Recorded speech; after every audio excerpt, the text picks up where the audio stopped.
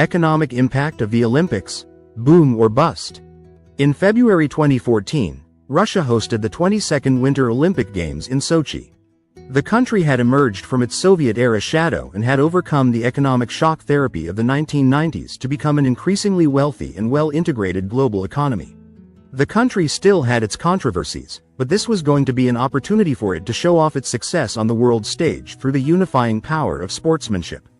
Unfortunately, just 4 days after the Games' closing ceremonies, Russia annexed the Crimean Peninsula, kicking off a slow but steady regression from one of the fastest-growing major economies in the world into what it is today. A pariah state crippled by intense global sanctions and an expensive ongoing conflict.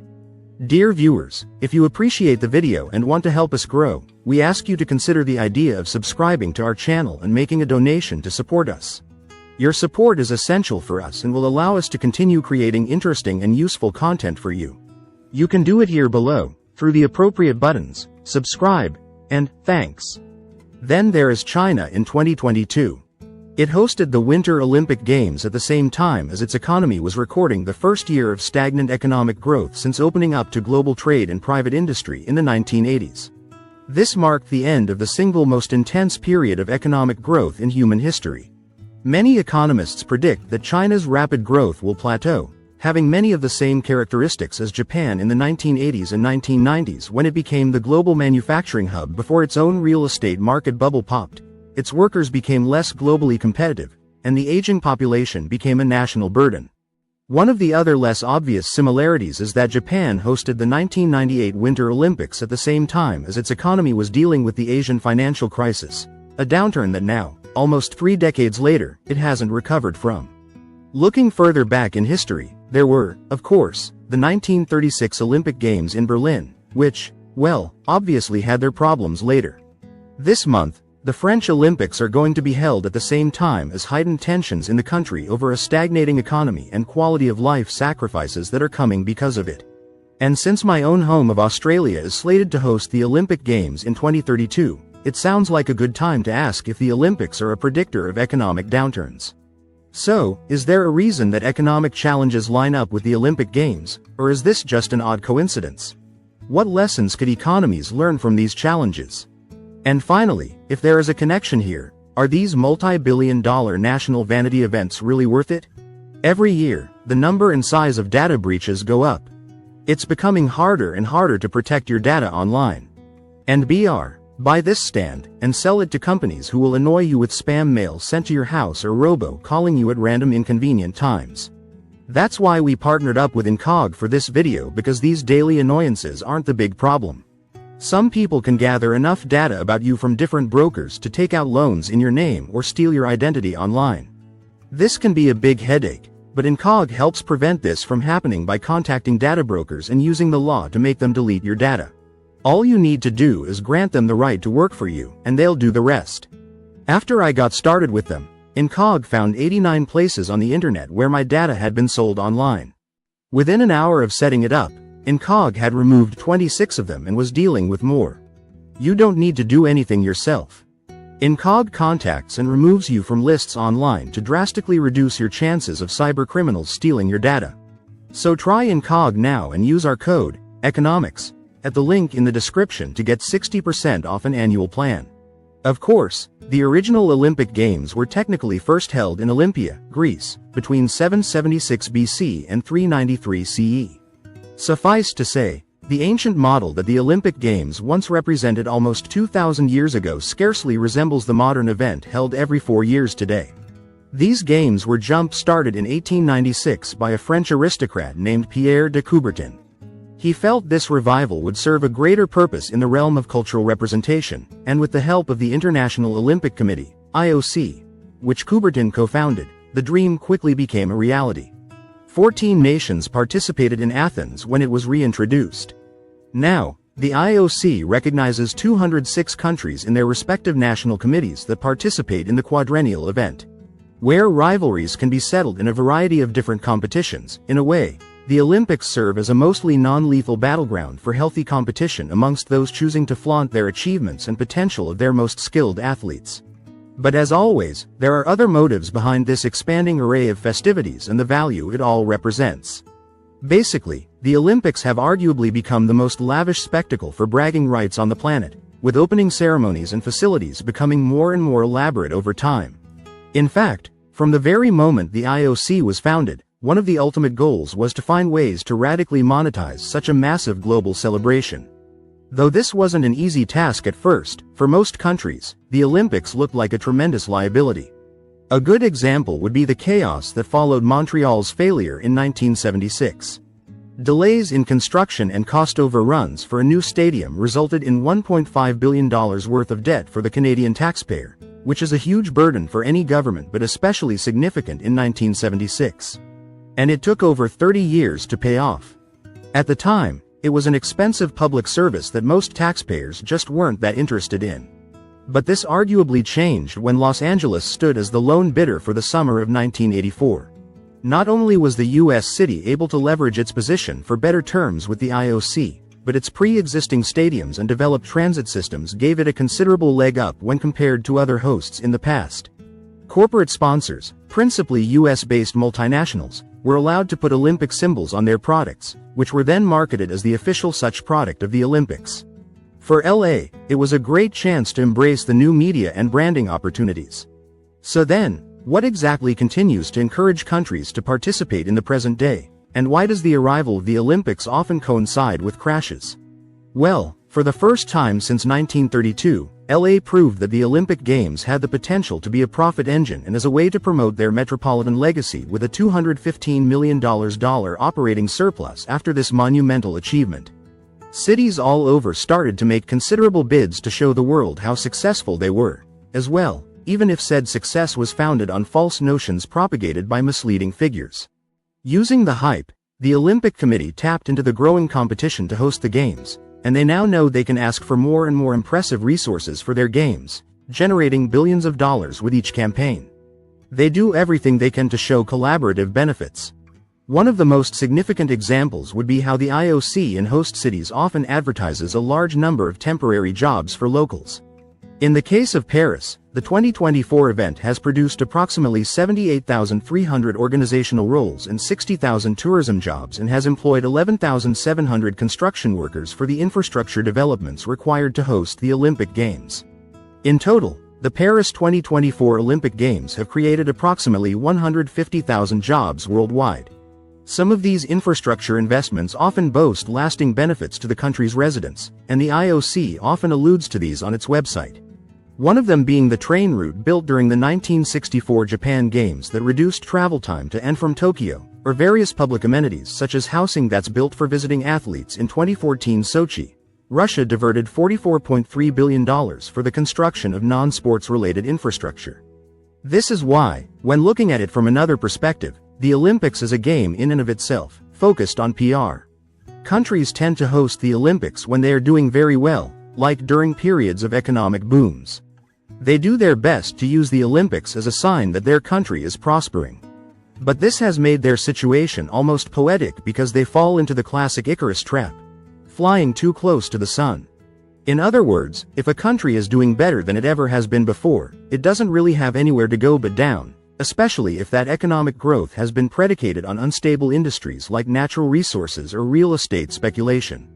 A similar statistical phenomenon happens with other public pissing contests like the Forbes 30 Under 30 list. To get that successful at such a young age, you need to take some major risks and be prepared to break the rules, which is why so many Forbes 30 Under 30 people end up in prison for fraud. It's also hard to get much more successful than being a billionaire at 30. Hence the old adage, there's nowhere left to go but down. And this fall, when it comes to hosting the Olympic Games, is dangerously steep, often not helped by the sheer investment required to host the Games. And they don't usually pay off like the IOC narrative would have the participants believe. Unlike the LA success story, getting the attention of the IOC these days involves a very expensive bidding war. In 2012, London spent about $15 billion to host the Olympics as well as the Paralympics. And when a government spends money, its people spend money. $4.4 billion was covered by taxes to be exact. When the London event underdelivered, much of this is in the aforementioned construction side of things. The majority of venue costs for the 2022 Beijing Winter Olympic Games went towards the Beijing Olympic Village, which ended up costing China about $3.16 billion. The competition venues alone in Yanqing, including the bobsled, skeleton, luge, and alpine skiing venues, amounted to a staggering cost of approximately $442 million for China. This was a major loss, but to be fair, the event was held in the COVID years when the country was still implementing very strict nationwide lockdowns, and travel was heavily restricted. So a more generous case study would be the 2008 Beijing Summer Olympic Games, which generated $3.6 billion in revenue. But when one discovers that the cost of running the events amounted to about $40 billion, the image becomes far more bleak. Of course, the standard disclaimer here is that budget figures from China are often unreliable, especially if it would make the government look bad or wasteful. So it's possible these estimates are on the conservative end. Then there's the argument the IOC and embarrassed government institutions make regarding the new living spaces for athletes. Their media strategy is to promote the idea that these structures will be left behind for long-lasting benefits.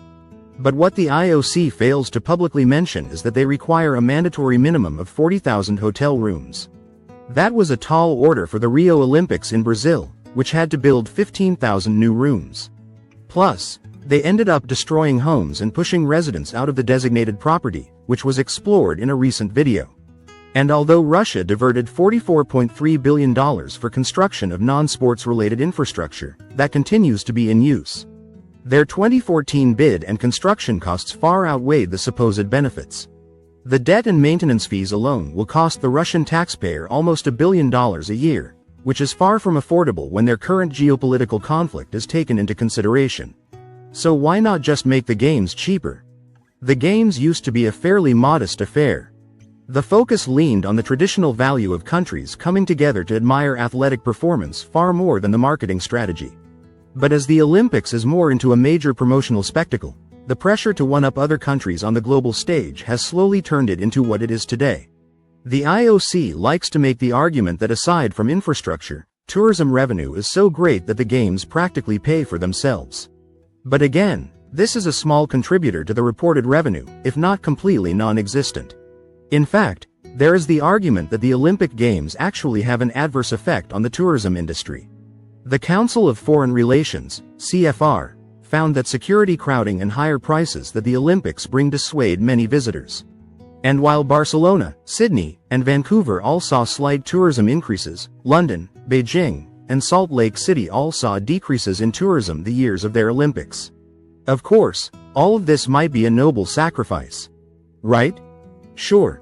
General amenities, hotel rooms, future taxation, and large stadiums burn a massive hole in the proverbial bucket. But isn't there still the opportunity for employment? Well, according to post-game investigations, the answer to this question is no. Another study cited by CFR found that only 10% of the 48,000 temporary jobs during the 2012 Games went to people who were previously unemployed. The reality is that for a lot of countries, they know that these events will not be profitable. And let's be honest, not all major government projects are always that fiscally sound. Sometimes money is wasted on vanity and building up global recognition. A country like China in 2008 had a lot to prove to the world, and the Olympics was the perfect way to do that. What this means, though, is that any other country that needs to be a bit more beholden toward its taxpayers needs to realize that it's competing against countries that are effectively funding a global national advertising campaign. Another thing worth mentioning regarding the construction projects is that once the games are over, countries and their host cities are left with the task of maintaining these massive multi-million structures. That is, if they choose to take care of them at all. Just take a look at Brazil, a massive economy with resources rivaling many superpowers. Here's a fun game. Which is an image of Chernobyl, and which is an image of a less than decade-old state-of-the-art Olympic facility? The Olympic Games were held here in 2016, not too long ago. And yet their stadiums have fallen into a state of disarray. At this point, it would almost be more expensive to bring them back online than they would be to build in the first place. And they aren't the only country that has decided to abandon these expensive venues. Plenty of nations like Germany, Bosnia, and Greece, the country holding the Olympics' origin story, all chose to leave their once top-of-the-line facilities to the ruins of time.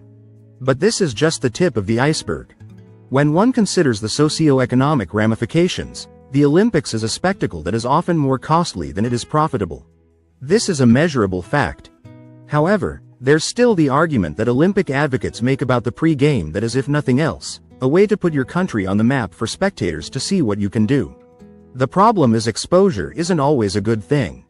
Making the choice to embrace the spotlight reveals everything, the bad as much as the good. The social backlash following the Rio Games, with a troubling contrast between the slums and the stadiums, was a total disaster. And the Sochi Games brought a lot of attention to Russia right as it was about to invade its neighbor. The 2022 Games in China also coincided with issues like re-education camps, strict lockdowns, and the protests in Hong Kong. Many of these countries with questionable models for governance by the Olympic media bundle with the expectation that the world will see them as a shining example of economic triumph with a lasting progressive legacy. However, these cases show that winning the expensive bid often does quite the opposite. These kinds of soft power maneuvers can have a real impact on global perceptions and influence over things like foreign investment, tourism, and even trade deals or sanctions. And this goes for other major globalized athletic events as well, like Qatar's controversial Football World Cup. Choosing a country smaller than the state of Connecticut came as a surprise to most of the FIFA fan base for a number of reasons. They weren't equipped to handle such a massive sporting event, and their presence on the world stage was largely unknown at the time. Rumors of alleged bribery began circulating through both Western and Eastern media. Moreover, the small country with a notoriously hot climate and hospitable to players actually had to build a new city just to meet the requirements to hold the games. With hotels, underground transportation, stadiums, railways, ports, and airports, most reports indicate that this alone cost $6.5 billion, with total infrastructure investments estimated to be $300 billion, which might sound like a lot. But it's a lot cheaper than it would have been if they needed to pay their workers. These huge construction projects required a lot of manpower, which Qatar received from places like India, Bangladesh, and Nepal. This is where things got a bit shady. To secure a contract to work on Qatar's World Cup construction project, most of these people had to go into considerable debt. These workers from mostly poor countries had to pay up front to labor hire agencies to travel to Qatar, all for the right to work in terrible and hazardous conditions. As a result, laborers were thrown into precarious positions commonly referred to as kafala or sponsorship, basically, a euphemistic way of saying indentured servitude, where agencies force workers to slave away in 51 degrees Celsius or 125 degrees Fahrenheit heat for lower rates than they were originally promised. Now, Qatar didn't host the Olympic Games. However, the desire to be in the spotlight had exactly the same effect of drawing attention to the country's horrendous human rights abuses, something that most people around the world would have been blissfully unaware of if not for the attention of this global sporting event. So now, knowing the corrosive socioeconomic burden the Games bring to their hosts, is the Olympics some kind of curse? Or is it just coincidental that countries that host it often deal with a crisis during or after the event's arrival? Are these multi-billion-dollar vanity projects really worth it? This might be a tricky question to answer. But based on all the evidence, there appears to be a pattern worth mentioning, of course. There are plenty of countries that have hosted the Games where nothing went wrong apart from maybe some government overspending.